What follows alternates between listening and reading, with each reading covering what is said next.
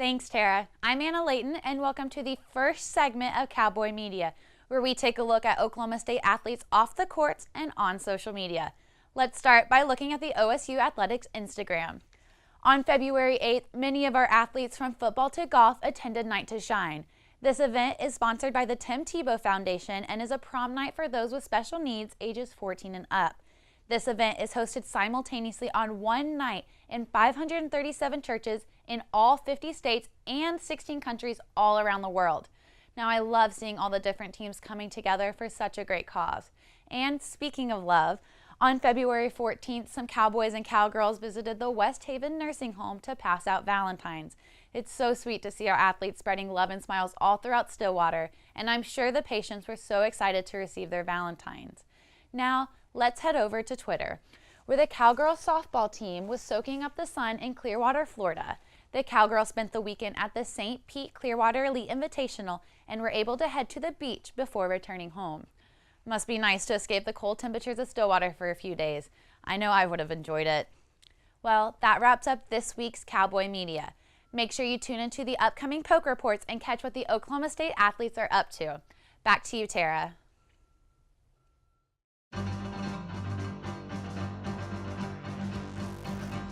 We've got all you need to know about what familiar name is back in Stillwater. Reaction from a close call in Austin. A look at how Cowboy Wrestling is preparing for another big season, and a Cowgirl soccer team close to a Big 12 title. All that and more right here on the Poke Report.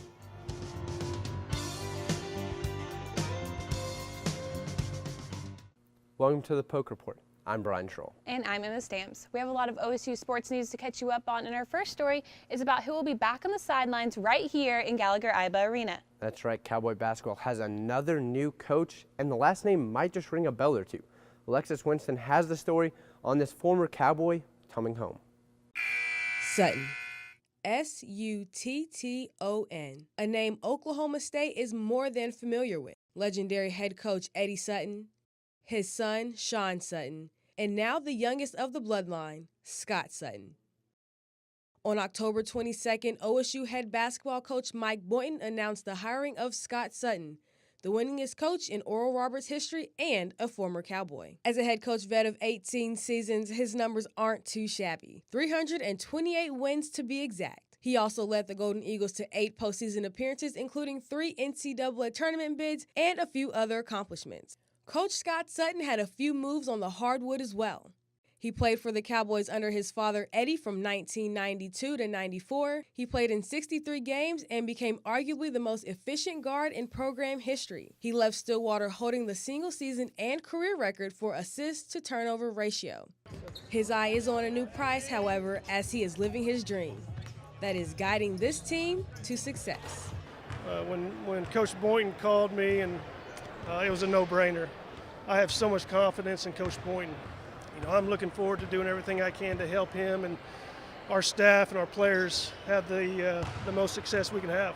Together, the Sutton Trio are the most successful father-son combo in NCAA history with 1,171 wins. The name Sutton speaks volumes, especially in Oklahoma, and his resume speaks for itself. Coach Mike Boynton couldn't pass him up. First and foremost, he's a great person and a tremendous basketball coach. And also his contacts and relationships here in the state, in our region. And obviously, a bonus is his last name, right? And then he represents the best of the best. With Eddie Sutton as a dad, the shoes are pretty big to fill. But Coach Scott Sutton says he is beyond thrilled, he's excited, and he is home, something Cowboys fans and the Cowboy family should appreciate. Fans got their first glimpse of Sutton back in America's brightest orange in Tulsa at the Cowboy Basketball Open Practice. Soon after, OSU students got theirs Tuesday the 25th at another open practice specifically for them, where pizza and drinks were given out and the new student section t-shirt was unveiled. Let's work. Amid the bumpy offseason, the Cowboys looked energetic and ready to get the season started. For the Poke Report, I'm Alexis Winston. Coach Scott Sutton will begin his first season back home on November 3rd when the Cowboys take on Arkansas Monticello. And while the basketball team is just beginning its season, Cowboy football is at the halfway mark. This past week, the Cowboys got their 5th straight win in Austin against the Longhorns. Daniel McKay recaps this historic win. The Cowboys rode into Austin with a 5-1 record, looking to build off the Baylor homecoming win and continue their road dominance against the Longhorns. OSU drew first blood as freshman running back J.D. King ran for a 7-yard score, marking the Cowboys' lone touchdown of the day. In a conference where critics say there isn't much defense to be found, OSU and Texas showed otherwise. The Longhorns put together a drive and came back to score a 2-yard touchdown on the quarterback sneak to tie the game. And the Cowboys and Longhorns entered the half tied at 7. The Cowboys would enter the half without leading the game, only for the second time this season. As the third quarter rolled around, the defensive battle resumed. Things would only intensify from here on out. The Longhorns took their first lead of the day with a 22-yard field goal by Joshua Rowland.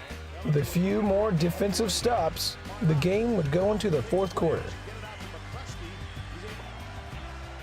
With a missed field goal by Matt Amendola, the game goes into overtime, needing additional time to determine a winner.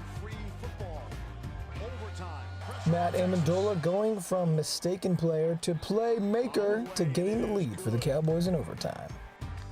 Not to be overdone, the Cowboys defense made a statement to show the rest of the Big 12 how it's done.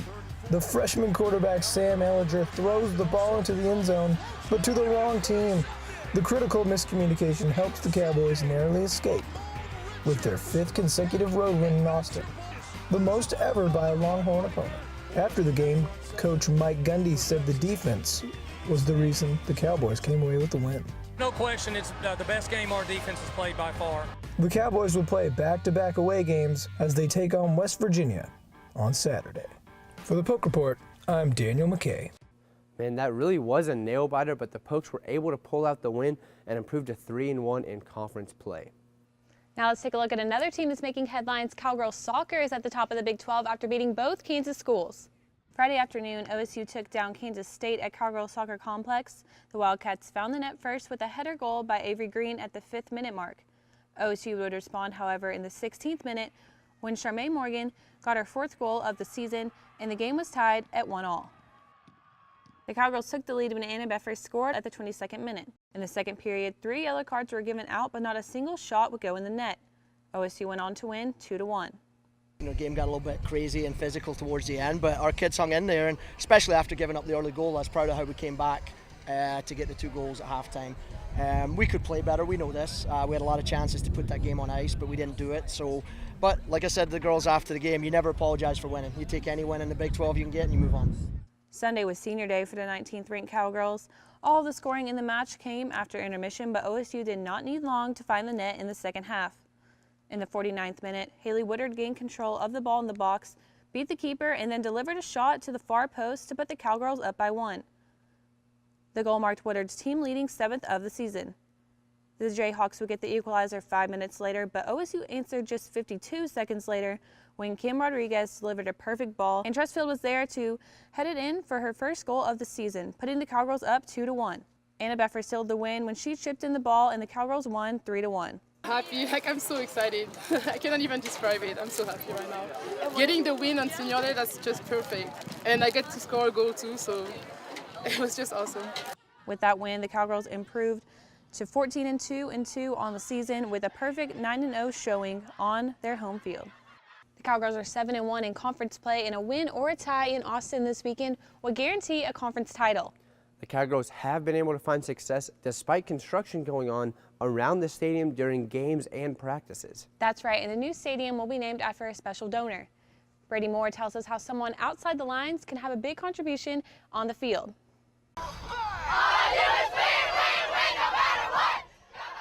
OSU fans haven't seen the Cowgirls lose at home this season, but the Cowgirls soccer program suffered its biggest loss of the year this past July 9th.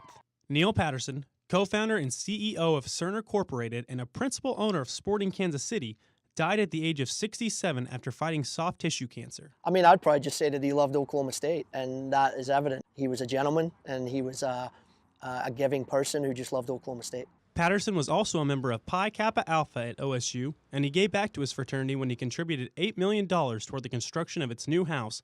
Patterson's love doesn't stop at the soccer field either. Members of Pi Kappa Alpha will live in this new fraternity house that bears his name. And that's not the only thing Patterson invested into building. Patterson further benefits Cowgirls soccer by being a major donor for the new Cowgirls soccer complex, which is scheduled to be complete in fall of 2018.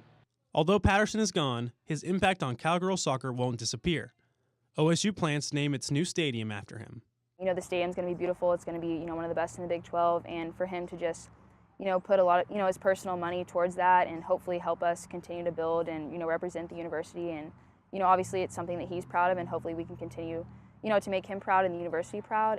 When the Cowgirls suit up in their orange, black, and white jerseys, most fans will notice the OSU logo, the player's number, and Phantom Pete on the back. However, with a closer look, they'll notice a new addition to the Cowgirls attire. The Cowgirls are honoring Patterson this season by wearing patches with the initials NP sewn onto the sleeves of their jerseys. We thought that was a real good way to do it, to put the NP on the sleeve. And, it's just our way of saying thank you and that we're thinking of you and we won't forget what you did for our program. I'm really happy we got to do that little part to, show our thanks and our appreciation to him. Although he's no longer with them at their games, his impact on a successful program will last for years to come. OSU is enjoying its best season in recent memory and will look to continue its success in the Big 12 tournament this upcoming week. For the Poke Report, I'm Brady Moore. Donors play such a big role in college athletic programs. We know the Cowgirls are thankful for their big donor. And it's nice to see how they are honoring Neil Patterson in that way. But don't go anywhere. When we get back, we're going to learn how a couple spring teams are preparing for their upcoming season and so much more right here on the Poke Report. Welcome back to the Poke Report. I'm Emma Sams here with Brian Scholl. And Brian, Oklahoma State has seen many successful international athletes over the years. Yeah, but one senior golfer has come an especially long way on his path to Stillwater. Our reporter Thomas Fleming has the story. Christopher Ventura has 3 places he considers home: Mexico, Norway, and Stillwater, Oklahoma. The golfer's path to OSU has spanned over 6,000 miles and 3 countries, and he enters his senior year as one of the conference's best and most experienced players. He really has taken on a leadership role over the last 3 years.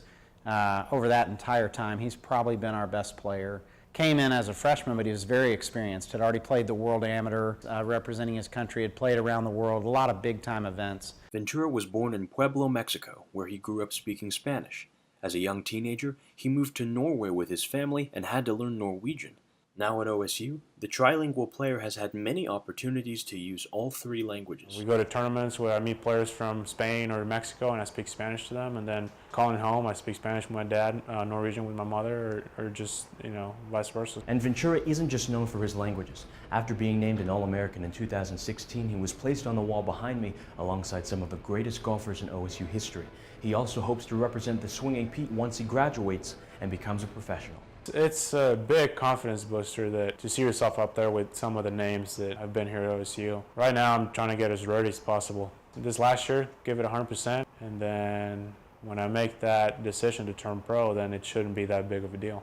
But before Ventura thinks about his professional future, he'll have an opportunity to help the top-ranked Cowboys compete for their first national championship since 2006. He's going to get to close out his college career with the national championship here at Karsten Creek. So would love to kick him into his professional career, closing things out with a team victory and celebrating here in front of lots of Cowboy fans. Ventura hopes to follow a long line of successful OSU alumni, but before then, he has one more year to solidify his Cowboy legacy. For the Poke Report, I'm Thomas Fleming. Ventura and the Cowboys now prepared for the Paintbrush Invitational in Illinois next week. And as the Cowboys prepare for their match, the Cowgirls are getting ready to take the green again in just a few days in Chicago, Illinois at the Windy City Classic on Monday. Yeah, and another team swinging its way into the rankings is the OSU men's tennis team. Doubles team Julian Cash and Arjun Kadi were a dominating force the past couple of years, but now that his partner has graduated, what's Cash's plan? We sent Natalie Sutton to find out just that. Julian Cash, a name last year you rarely heard alone. Cash is a senior 2-time All-American doubles player. This past season, his double partner and roommate, Arjun Kadi, graduated. Kadi and Cash broke Oklahoma State's team record for double victories, topping at 34 wins. While some thought that Cash's double dreams of returning to the Sweet 16 were done, Cash says his focus hasn't changed. Cash says he was lucky to have Kadi as a partner, and it is going to be different to be paired with somebody new, but he doesn't think it's going to be an issue. He feels that this new pairing is going to be just as strong, if not stronger. Fellow senior teammate Tristan Moreau says Cash is a great player, no matter what the circumstance is. It doesn't matter who's playing with, he's going to bring his quality in, so it doesn't matter who's jumping in with him. I think that pair is going to match up pretty well. Setting good examples is what a role model does, but wanting to help his teammates improve is what a leader does. Let's go back to the start of Cash's college career. Love. Cash was named Big 12 Player of the Week twice in the 2016-2017 season. Moreau says Cash's hard work doesn't go unnoticed. He is a great player. I mean, one of the best players in the country, obviously. He's our leader on court, and the guys are really looking up to him. Cash says he spent the last 3 years looking up to plenty of his teammates and tries to do what they have done in college. And he is trying to do his best to help out the younger guys in the same kind of way. Gradually each year, Cash's singles improves, and this year his preseason ranking is the highest it has ever been at number 18. In doubles with Cuddy, their career high ranking was at number 1. Cash's success makes him the 5th player in team history to earn multiple All-American honors at Oklahoma State. Cash is planning on having a 5th year at OSU to keep training with the guys and play in pro tournaments and see where he goes from there. Kind of see where my level is and see what's next when I officially leave college and graduate. But right now my plan is to play pro. Cash's final comment on the rankings is that he wants to finish higher than he started. For the Poke Report, I'm Natalie Sutton. Cash's first doubles tournament of the season is this weekend at the ITA All-American Championship. When we get back, we'll preview the Cowboy Jamboree and have our weekly picks, so stay right there.